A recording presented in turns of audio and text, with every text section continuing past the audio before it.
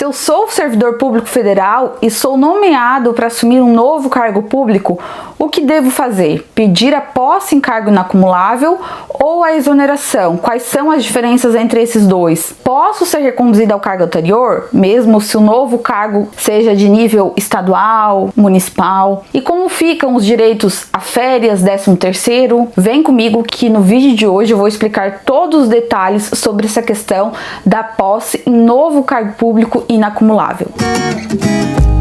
Olá pessoal, tudo bem com vocês? Eu sou a Luana e semanalmente eu trago aqui no canal informações acerca de concursos e carreira no serviço público.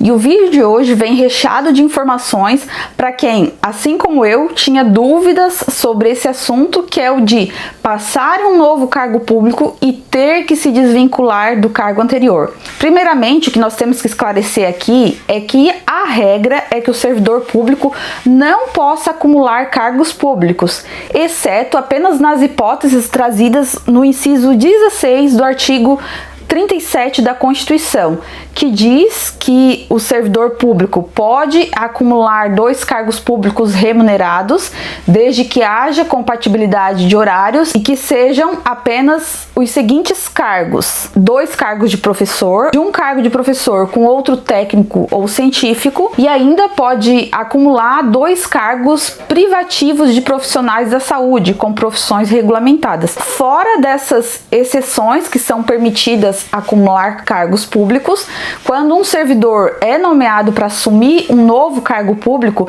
ele precisa necessariamente fazer a escolha: ou permanece no seu cargo ou sai do seu cargo atual para assumir o novo cargo público. E caso o servidor decida assumir um novo cargo, ele precisa necessariamente pedir a exoneração ou a posse em cargo público inacumulável. Mas quais são as diferenças entre a exoneração a pedido e a posse em cargo público inacumulável? Bom, basicamente ambas são hipóteses de vacância de um cargo público. A exoneração, conforme a Lei 8.112, ela pode se dar a pedido, quando o servidor solicita, seja para esse caso de assumir um novo cargo público ou simplesmente porque ele quer se desvincular da administração, quer assumir um emprego público, enfim, né? Várias as hipóteses. Então, a exoneração pode ser a pedido ou de ofício, quando o servidor não é habilitado no estágio probatório, ou se não assumir o cargo quando for nomeado, ele é exonerado pela administração. E a diferença básica assim que eu vejo entre a exoneração e a posse em cargo público inacumulável é que quando você pede a posse em cargo inacumulável, você não tem o seu tempo de serviço interrompido. Já se você pede exoneração, a princípio há uma ruptura, né, do tempo de serviço, e aí acaba gerando alguns efeitos diferentes que eu vou explicar a seguir. Mas algo que precisa ficar claro, pessoal, conforme jurisprudência relacionada a esse assunto, é que o vínculo entre o servidor e a União, ele só é interrompido a partir do momento em que o servidor adquire a estabilidade no novo cargo assumido.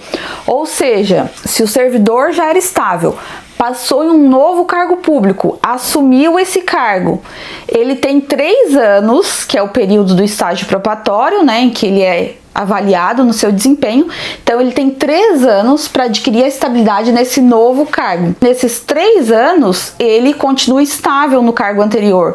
A relação jurídica dele com a União não é rompida totalmente. Então, independentemente se ele pede exoneração para assumir um novo cargo público ou se ele pede a posse em cargo público inacumulável, esse vínculo com a União continua durante esse período do estágio probatório. E claro, né, se o servidor passa em um outro cargo público que já é a nível federal, se ele já era estável, vai continuar sendo estável a nível federal, vai continuar com um vínculo com a União. Eu digo que esse vínculo só se interrompe com a União caso ele venha adquirir estabilidade em um novo cargo público que seja estadual ou municipal. Aí, se ele adquire a estabilidade nesse novo cargo público estadual, municipal ou do Distrito Federal, após 3 anos e após adquirido a estabilidade, o vínculo com a União é rompido. Bom, agora aqui explicando um pouco mais as diferenças entre a exoneração e a vacância. Se o servidor ele já era estável em um cargo público federal e passa em um novo cargo público a nível federal e pede a vacância por posse em cargo público inacumulável. O que acontece em relação aos direitos a férias e 13º? Como na vacância por posse em cargo público inacumulável não tem a ruptura do tempo de serviço, ele pode usufruir das férias e do 13º no novo cargo público que ele venha a assumir. Ou seja, nessa hipótese, né, de passar no outro cargo público que também seja federal, o servidor ele não precisa ser indenizado em relação às férias, pois neste caso ele pode contar com o tempo de serviço prestado no cargo anterior para fins de férias no novo cargo público. A mesma coisa em relação à gratificação natalina, o 13º. Ele não precisa, ao sair do cargo anterior federal, ser indenizado em relação ao 13º. Ele pode assumir um novo cargo e receber integralmente o 13º no novo cargo. Mas se o servidor, em vez de pedir a posse em cargo público inacumulável, pede exoneração do seu cargo para assumir um novo cargo público federal, aí ele não pode usufruir as férias no novo cargo. Ele precisa necessariamente ser indenizado, porque daí acontece a ruptura do tempo de serviço. A mesma coisa se ele assumir um cargo público que seja a nível estadual, municipal, distrital.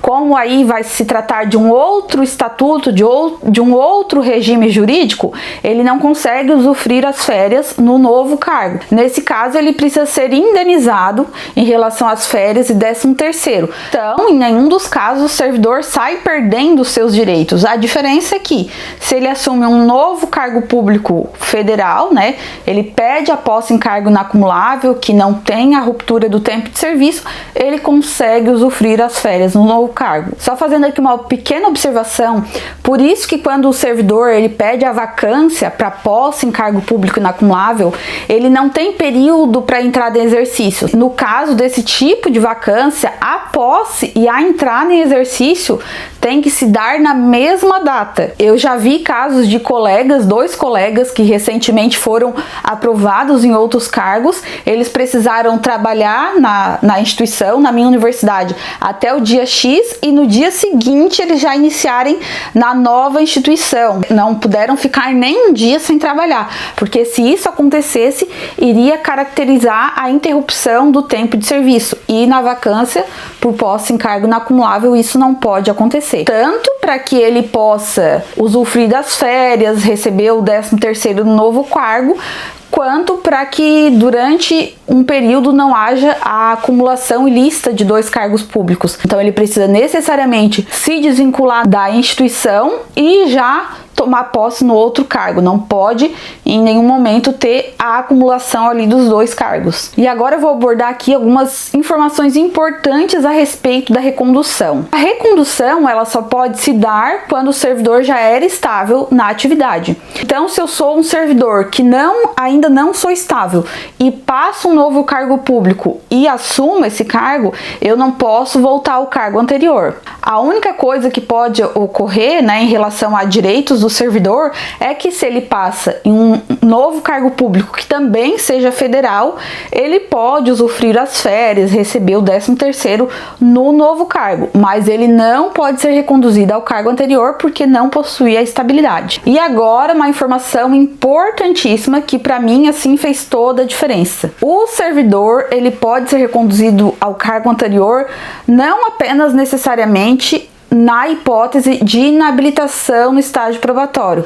Ele pode retornar também caso queira, ou seja, caso o servidor desista do estágio probatório no novo cargo. Então, como eu disse, isso para mim fez bastante diferença, porque como eu trouxe em outro vídeo aqui, que eu vou até deixar aqui nos cards para vocês, eu fui aprovada em um novo cargo público do Ministério Público aqui de Santa Catarina, que é um cargo público estadual.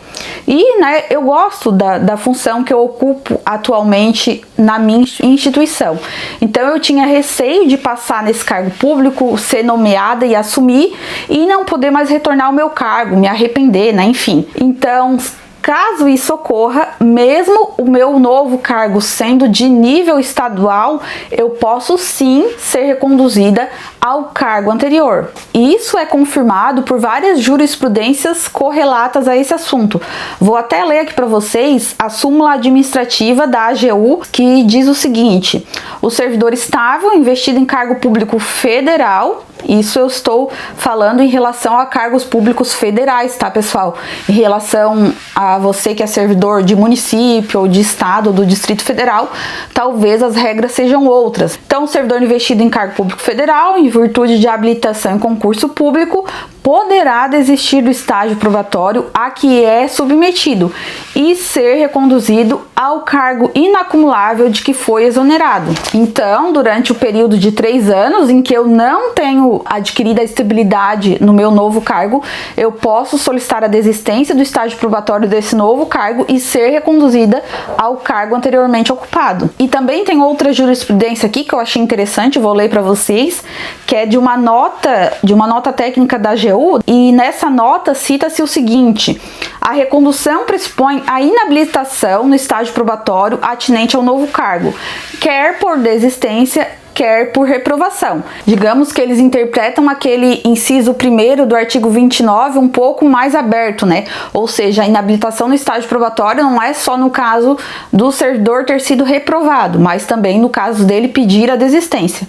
Então, nesse caso, para que seja deferida essa recondução, a inabilitação deve ser comprovada de antemão pelo interessado, ou seja, o interessado que quer ser reconduzido para o cargo público anterior, ele tem que, se for o caso de desistência, né, tem que solicitar essa desistência e depois solicitar ao órgão de origem essa recondução. Outro item importante aqui da jurisprudência: a recondução não garante a preservação da lotação ou do local de exercício em que se encontrava o interessado no momento da vacância do cargo anterior. Se eu não me engano, isso também menciona-se na Lei 8.112, não apenas na jurisprudência. Então, após ser reconduzido, o interessado será lotado ou designado para exercer suas funções conforme a necessidade do serviço. Não quer dizer que eu vou ser reconduzida e lotada no meu local de exercício anterior. Eu posso ser lotada ou localizada onde houver interesse da administração. Outras informações que eu acho importante aqui mencionar também, pessoal: quando você assume um novo cargo público que é de outro ente federativo, ou seja, municipal, estadual, Distrito Federal, o seu tempo de contribuição ou de serviço, ele pode ser sim aproveitado para efeitos de aposentadoria. Nesse caso, você deve solicitar ao seu órgão, sua instituição de origem, uma certidão de tempo de contribuição, para que seja possível comprovar esse tempo de exercício, esse tempo de serviço que você teve no Serviço Público Federal. E uma outra informação bastante importante, que ainda tem relação com outro vídeo que eu gravei, eu trouxe um vídeo aqui, que eu vou deixar aqui nos cards também para vocês, sobre o afastamento que pode ser concedido ao servidor para cursar um curso de graduação stricto sensu, um mestrado, um doutorado. E o servidor pode ficar ali afastado durante um dado período, né, 2 anos para mestrado, enfim, 3, 4 anos para doutorado, eu não me lembro dos prazos exatamente, mas o servidor, ele pode ficar afastado durante o período de realização desses cursos. E o servidor retornando para a instituição, após a finalização ali do curso, ele tem que ficar um período igual ao do afastamento, para repor, digamos, aquilo que a União investiu na sua capacitação. E caso eu me exonere, me aposente, tenha que sair da instituição, eu preciso ressarcir a União desses gastos. Mas, se você for nomeado e assumir um novo cargo público a nível federal e não tiver ainda terminado de cumprir esse tempo de permanência após o retorno de um afastamento para aperfeiçoamento, não tem problema. Você pode continuar cumprindo esse prazo de permanência no novo cargo público. Os conhecimentos que você adquiriu nesse mestrado, nesse doutorado, vão ser revertidos também para o Serviço Público Federal. Você não precisa indenizar a instituição para poder se desvincular da sua instituição. Agora, caso você passe a assumir um cargo público que seja de outro ente federativo, aí sim você precisaria indenizar a União pelos gastos que ela teve com o seu aperfeiçoamento. Bom, pessoal, acredito que eu abordei todos os principais tópicos em relação a esse assunto da posse em cargo público inacumulável, né, como ficam os direitos, entre outras